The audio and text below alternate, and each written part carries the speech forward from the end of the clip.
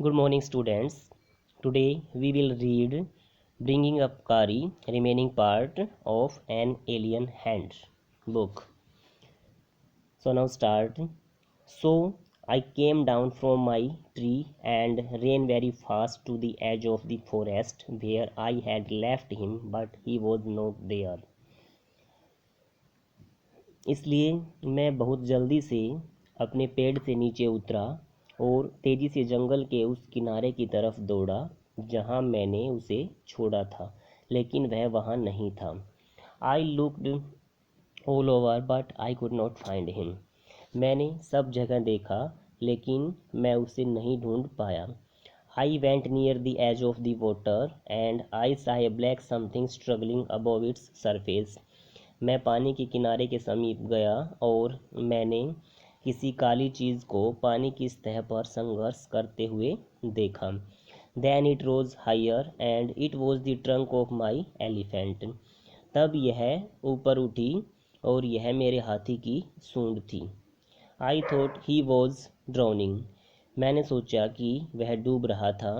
I was helpless because I could not jump into the water and save the 400 pounds of him since he was much higher than I।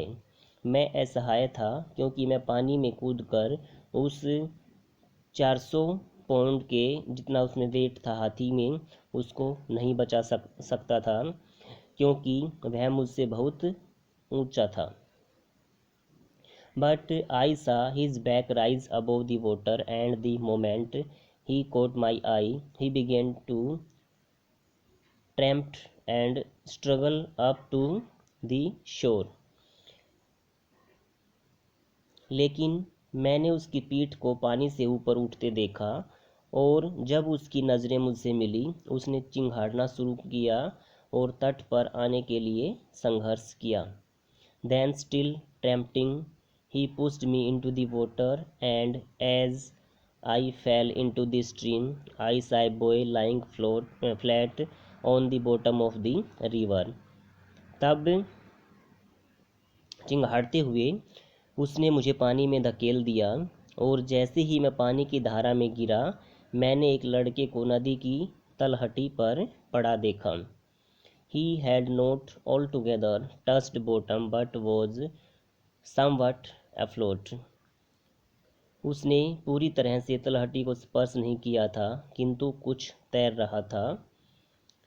I came to the surface of the water to take my breath and there Kari was standing, his feet planted in the sand bank and his trunk stretched out like a hand waiting for mine। मैं सांस लेने पानी की सतह पर आया और कारी वहाँ पर खड़ा था। उसके पैर रेतीली तट में धंसे हुए थे और उसकी सूंड मेरी तरफ फैली हुई थी जैसे कोई हाथ मेरा इंतज़ार कर रहा हो। I dived down again and pulled the body of the drowning boy to the surface, but not being a good swimmer, I could not swim ashore and the slow current was already dragging me down। मैंने दोबारा गोता लगाया और उस डूबते हुए लड़के को पानी की सतह की ओर खींचा, लेकिन एक अच्छा तैराक न होने के कारण मैं तट पर न तैर सका और मंद धारा मुझे अभी भी नीचे की ओर खींचे जा रही थी। Seeing us drift by in the current, Kari, who was usually slow and ponderous, suddenly darted down like a hawk and came halfway into the water, where I saw him stretch out his trunk again। हमें धारा में बहता देख कारी, जो प्राय धीमा एवं भारी भरकम शरीर वाला था, अचानक बाज की तरह नीचे की ओर झपटा और पानी में आधी दूर तक आ गया जहां मैंने उसे दोबारा सूंड फैलाए देखा। I raised up my hand to catch it and it slipped। मैंने अपना हाथ इसे पकड़ने के लिए उठाया पर यह फिसल गई। I found myself going under the water again। मैंने दोबारा अपने आप को पानी में नीचे जाते हुए पाया। But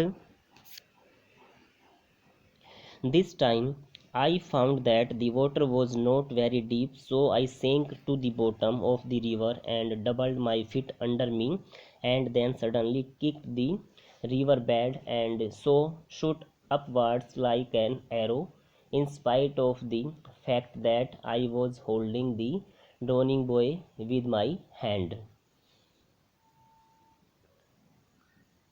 परंतु इस बार मैंने पाया कि पानी ज़्यादा गहरा नहीं था, इसलिए मैंने नदी के तट तक डूबने दिया और अपने पैर मोड़े। फिर अचानक नदी तल को पैरों से जोरदार धक्का दिया और तीर की भांति ऊपर की ओर आ गया। इस वास्तविकता के बावजूद कि मैंने अपने हाथों से एक डूबते लड़के को पकड़ रखा था। I thought this frightened me. I thought some water animal was going to swallow me. जैसे ही मेरा शरीर पानी से ऊपर उठा, मैंने अपनी गर्दन के चारों तरफ सैलोमी रस्सी का फंदा खींचा हुआ महसूस किया। आई हर्ड कारी squealing and I knew it was his trunk about my neck. He pulled us both ashore. मैंने कारी को चिंघाड़ते हुए सुना और मैं जान गया कि मेरी गर्दन के चारों ओर उसकी ही सूंड थी। उसने हम दोनों को किनारे तक खींच लिया। So remaining part we will read in next video.